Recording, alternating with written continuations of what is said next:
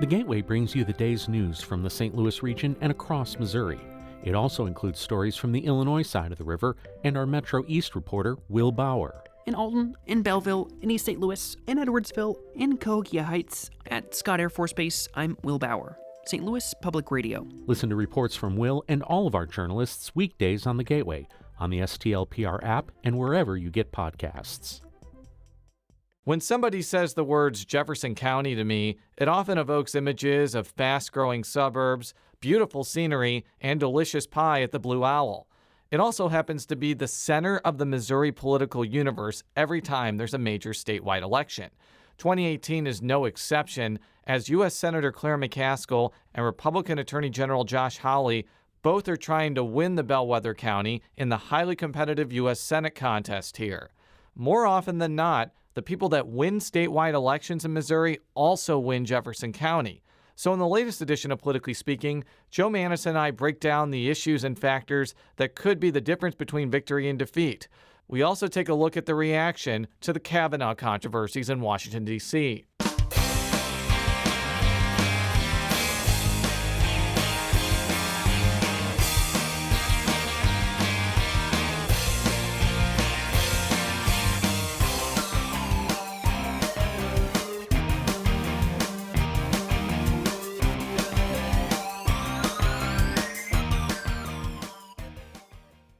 Thank you for listening to this podcast, brought to you by Lufuse Alfa Romeo, offering test drives of the Alfa Romeo Giulia, the 2018 Motor Trend Car of the Year at Lufuse Alfa Romeo in Fairview Heights. And welcome to Politically Speaking. I'm your host, Jason Rosenbaum, a reporter with St. Louis Public Radio. Joining me in studio today is colleague Joe Mannies. And we're recording this actually on Thursday afternoon while the Brett Kavanaugh hearings are still going on. To be candid, I am not going to be at work on Friday. I have a family engagement. So the reason I mention all of this is by the time you hear this, events with the Kavanaugh situation may have moved pretty dramatically by the time you listen. So we're going to try to keep this discussion pretty specific on Missouri. Yeah, because frankly, all of our listeners are hearing all this national stuff from other sources, including NPR, and frankly, I don't think you need our opining on that. I will say, though, the one thing I am going to say, I listened to Dr. Christine Blasey Ford's testimony today, and it was very powerful. And I think that you're seeing the reaction on social media that a lot of people are listening in on this, and it's getting probably outsized attention for a Supreme Court nomination hearing. The question that I want to pose to you, Joe, is what do you think the impact of this will be not only on the U.S. Senate race, but on other elections going on in Missouri? Okay, I think there's two angles to this. First, the Republican nominee, Missouri Attorney General Josh Hawley, has made Kavanaugh's confirmation a centerpiece of his campaign. If something happens to Kavanaugh, let's say he withdraws or something like that, that really will cause Hawley to have to reframe, I think, his campaign, because he has been saying repeatedly that Kavanaugh is qualified, that Kavanaugh is the perfect candidate, so forth and so on. And that's true for some of the base, too. I was at a Republican phone bank last night getting stuff for a couple different stories I'm working on, and several Republican women, suburban Republican women, were there doing the calls. And they were very passionate in their support for Kavanaugh, their opposition to abortion, their belief that Kavanaugh could provide the crucial fifth vote to overturn Roe v. Wade. Which we'll talk about later on in the show, by the way, but continue. Right, but the point is, this is key to the Republican base. Republican base want Hawley on there because many of them, not all of them, but many of them, are hoping that he will provide the vote to overturn Roe v. Wade, which is the 1973, that's 45 years ago, Supreme Court decision that legalized most abortions. So there you've got that on the Republican end. You've got some Republicans, moderate Republicans, suburban Republican women who are not part of this group who are doing the phone banks, who maybe are more moderate on reproductive rights, who frankly are probably among that bloc who defected from Todd Akin in 2012 and voted for Claire McCaskill then.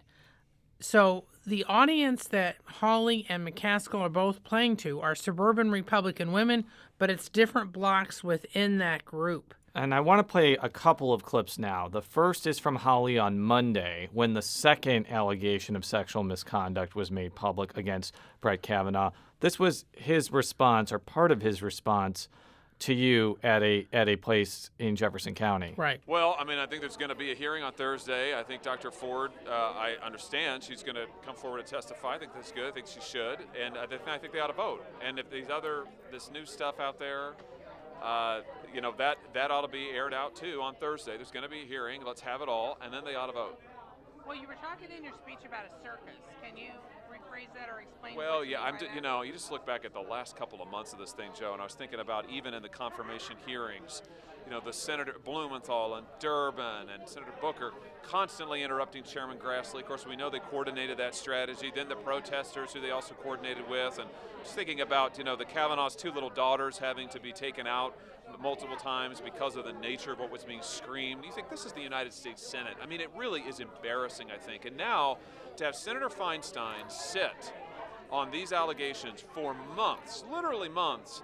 I mean, this is a judge who has had multiple days of hearings. He's answered, I understand, 1,600 interrogatories, as we lawyers call them, written questions. And now, at the end of all of this, now suddenly, we've got these new things. So I just think the way that the Democrats have behaved and treated this process has been shameful. I think the committee has been very generous to have this hearing on Thursday. She should be heard from. Anybody else who wants to be heard from, who has allegations, let's do it then, and then let's vote. And this is what he had to say on Thursday while the Kavanaugh hearings were still going on. I've been traveling most of the day, so I've only heard little snippets. So I need to and want to go and watch or read all of her testimony and he's on right now, of course, and all of his before I reach any conclusions. But I'll just say this: I don't have any reason to doubt her sincerity. I think that this process has been a disaster. I think it is a terrible reflection on the United States Senate, the way that this has been handled, and it is truly a circus atmosphere there. I just think that the clear and responsible parties here are the Democrats, Senator Feinstein, and to sit on these allegations and to wait until this 11th hour with the sole purpose of making it a circus show. I mean, this is the whole idea, was to create this sort of a circus. I think it's terrible. It's a terrible disservice to the judge. It is a terrible disservice to Dr. Ford. And, I just think it's awful. Joe, I kind of see two routes this could take. The one is that backlash over the Kavanaugh nomination really does spread nationwide and in Missouri. And those suburban women that you mentioned, especially in St. Louis County and maybe even like St. Charles County and Jackson and Clay counties, they're repelled by this and they end up voting for McCaskill. But I could also see very socially conservative Republicans that see Kavanaugh as a way to restrict abortion rights being so angry about this situation that they're more motivated to vote for someone like Hawley. While that sounds counterintuitive, we have to remember that after the Access Hollywood tape was released in 2016, there was talk about Donald Trump losing the state of Missouri, and then a month later, he won by 19 percentage points. Yeah, well, I think that whole thing in 2016 illustrates that you can't count the votes until the votes are made. And that Access Hollywood tape, which was, less than a month before the election? And it featured President Trump saying some absolutely vile things about women. Yeah, but there were so many things that happened after that. I mean, the Comey letter, just all this other stuff, that in some ways voters have very short memories because most of them have normal lives. They're not like you and me and focus on politics all the time. Like, remember when Eric Greitens was going to make an impact on this election? We're not really talking about that anymore because he's been gone 3 months and people forget he even existed. Exactly. You got it. So now you've got a case where everyone's like, there's been these hearings, but it's September 27th. And the election is November 6th. Heaven knows. I mean, there's going to be so many things that happen between now and then that you and I don't even know about. I want to talk about McCaskill's response to this. She's already said she's not voting for Brett Kavanaugh. We talked about it on last week's show about his opinions on undisclosed political money, or quote-unquote dark money in the political process. I've been watching her campaign team. I've been watching her emails, been watching her Twitter accounts. I have not seen anything from the McCaskill campaign trying to attack Holly for supporting Kavanaugh so boisterously. And it makes me wonder, maybe two things are happening. One, that McCaskill is waiting to see how this goes and may end up using the Kavanaugh issue as a bludgeon against Holly later on. Or she's making the calculation that this may not be as good of a political weapon against Holly as, say, the pre-existing condition issue, which she has been hammering Holly on. Whatever campaign gains that she has made in the state, it depends whether or not she has a momentum, depends on who you talk to. Anyone who thinks she does, it's all hinging on this whole pre-existing condition fight, this healthcare fight. Well, those attract many of those same suburban women voters that, as I said, that she and Holly are both focusing on. Some of them are Republicans, some of them are independents. They're not aligned with either party. Those women already may be listening to her because they agree with her on the pre-existing condition issue.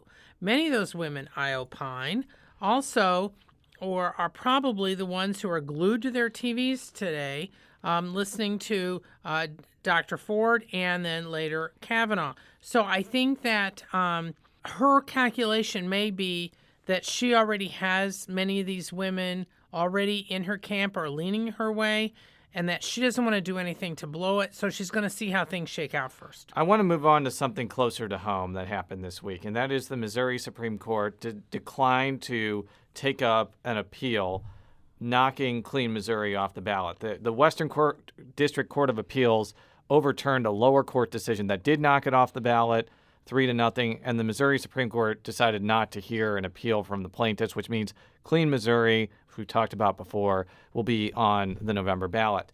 Now that the legal fight is over, I think that there's discussions about the actual implications of Clean Missouri, which I plan to talk about kind of in bits and pieces over the next few weeks because it's such a large amendment. One of the things that I think has been brought up even by Democrats in the last few days is the effect of the redistricting portion on whether African-American representation in the Missouri House and Senate will be diminished. I'm going to play a clip now from Jim Talent, who is leading the opposition to Clean Missouri, where he talks about this very issue. We all know how this works, right? Yeah, in theory, an African-American from North City can win a state Senate district that goes out to mid-Missouri. In practice, we can all guess how often that's going to happen. Well, Carla May just won a majority white district in St. Louis City, but that was the first time that's happened in a long time. Shamed Dogan, my old staffer, is a representative in Baldwin, and great. 3 cheers. I really mean that. I'd love to see more of that. But there's a reason the Voting Rights Act was passed. It's because of a recognition of this. So I am very concerned about it. Now, what specifically I think opponents of Clean Missouri are talking about is the possibility that to create districts that promote partisan fairness and competitiveness, in their view, the only way to do that, especially in St. Louis, is to take very African-American districts, primarily in North St. Louis County and to some extent North St. Louis City, lower the percentage, say, from 70% to about 55, 54%, and stretch that territory into more Republican territory. Now, Sean Sonker Nicholson, I had this conversation with him, pointed to a provision saying districts shall not be drawn with the intent or result of denying or abridging the equal opportunity of racial and language minorities to participate in the political process. And then when I asked him again, does Clean Missouri still allow to lower the percentage that doesn't go below 50%? He said, so I think that there are 2 ways for gerrymandering to happen. One is to crack a set of voters and break them up across districts. Another way is to pack voters into a small number of districts where there's a high number of wasted votes because we all know the outcome long before Election Day. And there's a reason why the Missouri NAACP, the Brennan Center, the Campaign Legal Center, Organization for Black Struggle have all reviewed the policy and have strongly supported that policy. We would not have those endorsements if the policy wasn't as strong as it was. Joe, you have followed redistricting longer than I've been alive. Do you think that there is any way to create competitive districts in western St. Louis County or St. Charles County without making African-American districts in North County less African-American? Well, I think it depends on how you do it, and I think those lines that you read could be crucial. I think that it will be a challenge. I'm not saying it can't be done. one of the things that about redistricting in Missouri under the current system, I remember covering it, well, let's say 20 years ago, and the Republicans, who were then not controlling the General Assembly, but the Republicans would cut deals with the black Democrats, promising them that if they would agree to, that they would make sure that their own districts were extremely high African American, let's say high 60s, 70, in exchange for them voting for some of their proposals, proposed districts. And this, you're talking about congressional districts, though, right? Yes, but no, even with the state legislative districts? Yes, they had several. I remember covering some press conferences where there was warring accusations, even though technically you have these committees that are set up of gubernatorial appointees that are from people selected by the parties. The bottom line is there's still politicking within those panels. And the way they would get the support of some of the Democrats, particularly the black Democrats on those panels, was to cut the deals that I was talking about. And I covered, I don't know how many news conferences post-redistricting, let's say 20 years ago, even 30 years ago, where there would be angry white Democrats claiming that the black Democrats had cut basically a deal with the devil in their terms. But there's a reason why they're doing that. Right, Because exactly. in St. Louis, if the margin is too close to 50%, it is very possible for a white candidate to win in some of those districts. It's Correct. not academic. Correct. You look at some wards in southeast St. Louis City, which are hovering around 50%, the 9th Ward, the 20th Ward, they're represented by white Democrats. Now, there are clearly exceptions to this rule. Like Gina Walsh's district, I think, is hovering around 60% African American, and she's a white Democrat. Carla May, who is going to be the 4th district senator, is going to represent a majority white district, and she's African American. It's not an exact science, but I know that a lot of people bringing up the racial minority issue with Clean Missouri are Republicans that don't like it anyways. Right, but for other reasons. I do think something that I think the proponents are going to have to flesh out a little bit more than just pointing to the language in the initiative. They are saying who supports them. Well, I don't think that's necessarily true. I mean, I think they were smart to get the NAACP on board, and just looking at it strategically, they need to have the NAACP and, let's say, the Organization for Black Struggle and others out there campaigning for it, because I think there will be suspicions among African But American does the fact voters. that those organizations support it mean that scenario I mentioned won't happen? Because, again, I think that there are other ways to create competitive districts in, like, western St. Louis County, but it would require taking territory in, say, the inner ring suburbs, Richmond Heights, Maplewood, Olivet, maybe in Webster and Kirkwood, and moving it to West St. Louis County. And in that scenario, you may actually end up with more Republican lawmakers because you're diminishing a very Democratic area and then putting it in jeopardy. Possibly, because I think this is the whole thing where there's that old saying, be careful what you wish for. And I think that some say, okay, Democrats are pushing this because they think it'll make more Democratic districts. Well, that may or may not be the case. And I think you maybe inadvertently point at the fact that while we clearly have racial divisions in the region, I'm not downplaying that at all. The fact that Carla May won and some others means that in some people's minds, race may not be the only factor. So, and with the reduction in power of the Voting Rights Act, which the Republicans did in Washington, makes it, I think it's going to be really squishy. But I think if this measure is on the ballot, it will get more Democrats and progressive activists out there, which frankly, I mean, without looking at even the provisions, it was part of the intent. The part of the intent was to improve Democratic turnout in November. And now it's time for Politically Speaking's election analysis, where we break down what will be on your ballot on November 6th. So now we move on to our featured election this week. It's not actually a specific election. It's of Jefferson County and its impact on other elections. Now, it always seems to me, Joe, that whenever there's a major statewide election in Missouri, Jefferson County becomes like the star because it tends to vote. It's a bellwether for winners of statewide contests. And I think that generally, if you look back like 50, 40, 30, even 20 years, even 10 years. It's a traditionally Democratic county that has become more Republican in the last, 3 election cycles, 4 election cycles? I would say more like 5 or 6. So you talked with Jefferson County Executive Ken Waller about this, and he kind of explained one of the reasonings why he feels Republicans have gained a lot of ground in Jefferson County over the last few years. Well, it's pro-life, obviously, pro-gun. There's still quite a few union people in this area.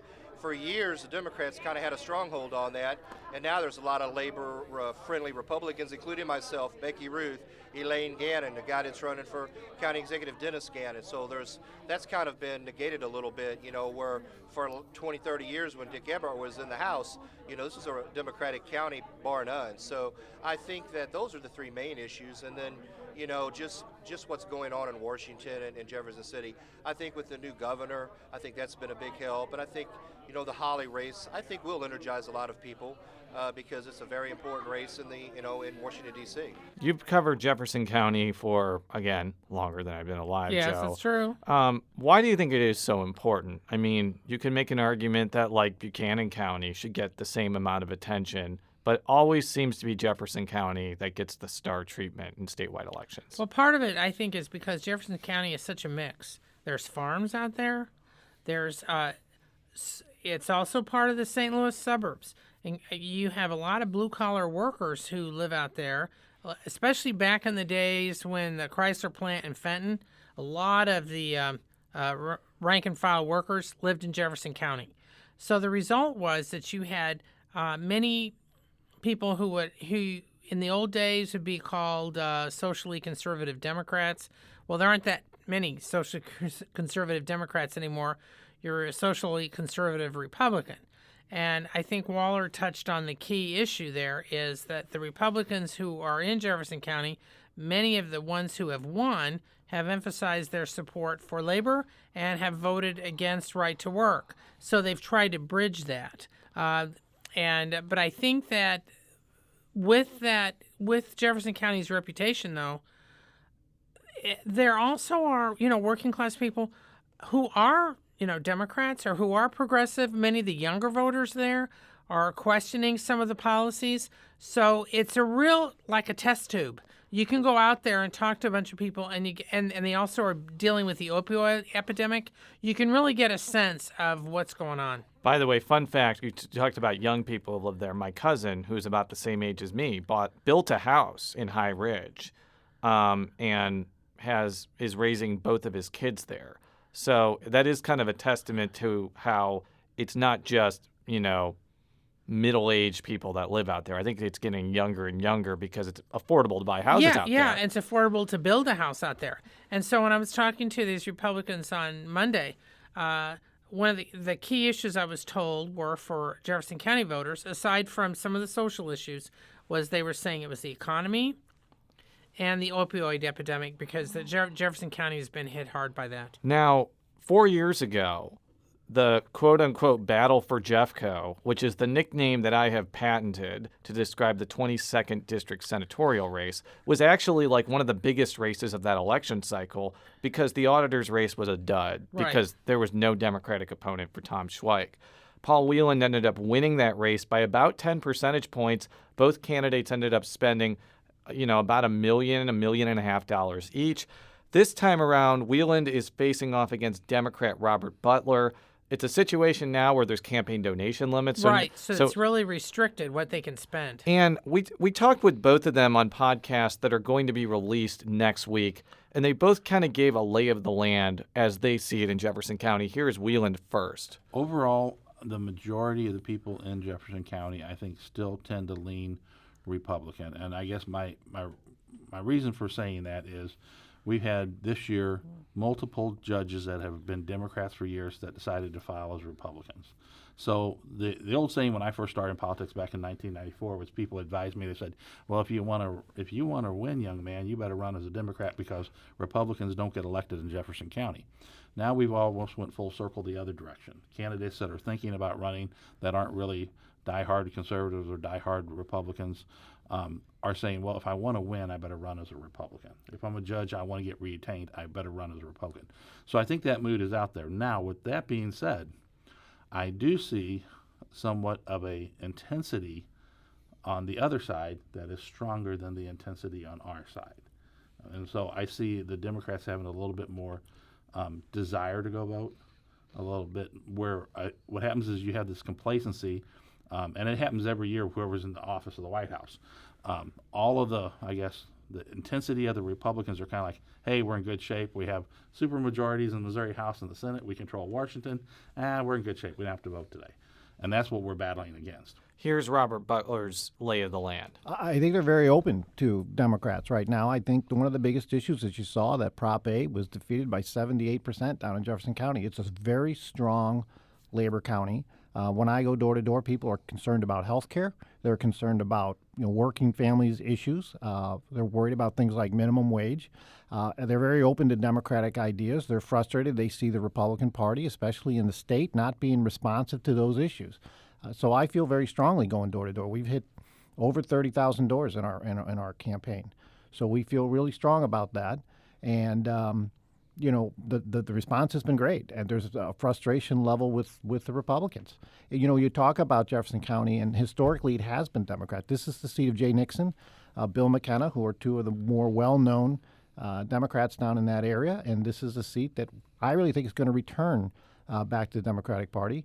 So, Joe, how important do you think it is for people like Holly and McCaskill, for either Republican or Democratic candidates in Jefferson County, whether it be state legislative candidates or whether it be local candidates running for county executive or county council, to do well? Because in my view, I think that I don't see a scenario where Claire McCaskill loses Jefferson County and wins the election. I mean, right. It's certainly within the realm of possibility, but I doubt it. So I think that people like Butler are actually more critical to her than any other state legislative candidate in the entire state right now. Yeah, because I think sometimes people downgrade the trickle-down effect, the importance of a coordinated or campaign. The trickle-up effect. Right. That's a good point. So both parties have coordinated campaign offices down there. They both are doing some linkage, like what you just said. Of saying, hey, so-and-so is running for a state rep, and he and I are on the same page. I think that the Democrats have made some gains because of key concerns about health care and also, let's say, Medicare and Social Security. So they're kind of focusing on that, where Republicans are continuing to focus on guns and abortion. In fact, this is actually from Butler's Politically Speaking, where I asked him, do you hear about abortion rights when you're actually talking to actual people and not just in a vacuum? I would say that probably the two issues that I hear about the most are abortion and gun rights. Less so gun rights, actually, this time, but I still get abortion a lot. I get that question a lot. It is a very important issue in Jefferson County. Now, Butler, like Whelan, is an opponent of abortion rights. He actually was endorsed by Missouri Right to Life during the primary, although I don't know what the general election is going to hold. And it kind of comes back to what I found while traveling around Northeast Missouri last year. Northeast Missouri used to be a very Democratic area up until 2010. And what I heard over and over again was that the reason it flipped to the Republican side is that voters could not really make the connection between local candidates who are more socially conservative while seeing national Democrats being very socially liberal. Do you think people like Butler and McCaskill, for that matter, are going to encounter the same problem here and in other Collier counties where abortion rights are not very popular? Well, I mean, it depends on the Collier County, and I think that mood is changing. I'm not saying that a majority of Jefferson County voters may still be more socially conservative when it comes to reproductive rights, but their kids are. And I think that's kind of across the board because you've got a whole generation of women, 45 and younger, who have never lived when they didn't have easy access to birth control. And I think some of them are concerned about this. Yeah. I will say, though, I have not encountered a lot of Democratic candidates in Jefferson County who are openly supportive of abortion rights. Listen to, for example, Representative Mike Ravis of Jefferson County when asked by St. Louis Public Radio's Abigail Sensky about whether he's facing any heartburn about his opposition to abortion, especially when Missouri Democrats have a plank basically supporting abortion rights. No, because I'm going to stay firm on what I ran on. I wasn't involved in that decision-making process. I wasn't really looped in it with that discussion. But it doesn't change things for me because at the end of the day, I represent District 97. So I'm taking into account what I'm hearing from my constituents and how they feel on every issue. And that's what I'll take with me to Jeff City. I think that there's actually another factor that may actually affect Jefferson County's vote total that a lot of people aren't talking about, and that's actually the local situation in Jefferson County. We heard from Ken Waller, who is leaving the county executive post to run for county clerk. Yeah, he's a Republican. And he has not had a great relationship with the county council. There's been a lot of friction over the amount county officials get paid. I don't know if it's at the level of like the Steve Stanger council wars in St. Louis County, because frankly, I haven't been to Jefferson County enough to see it. But I do think that there is some dysfunction and infighting among Republicans in Jefferson County. And there may be some dissatisfaction with how local things are going. I'm not sure if you've really heard a lot about that, because I think our focus has been generally on the more national issues. But is that something that could play a role in what happens? I think it could, because what was interesting to me when I was out there on Monday for this Hawley event, but I talked to all these Republican officials who were there, many of them were concerned that they felt there wasn't the energy on their side. And they're talking about Jefferson County.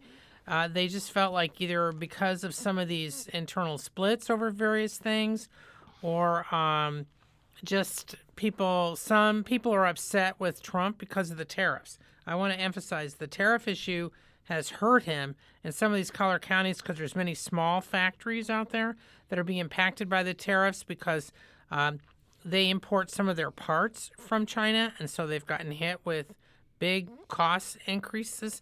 So I think that Republicans in Jefferson County, who are no doubt in the majority, they are concerned because they do feel like they need to do more to get their people energized and to see a reason to vote. And circling back to the beginning, that's where the whole Kavanaugh thing, where the national debates and stuff could affect what happens locally. And if you look at I've been looking at the Jefferson County totals all the way back to 2010. And the U.S. Senate race, as said, mirrored what happened in the state, but not just who won, but even the percentage. So I think that, Claire McCaskill did really well there in 2012. We'll see if she can duplicate that or if it will be more of the nail-biter finish she had in Jefferson County in 2006. I think 2006 at this point is a better comparison just because at this point Josh Hawley is not Todd Aiken.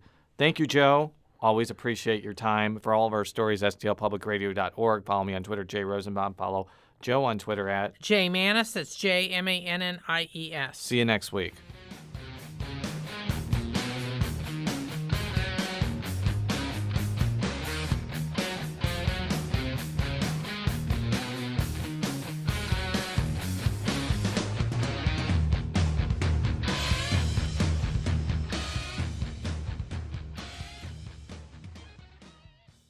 Sponsored by Lou Fuse Alfa Romeo of Metro East.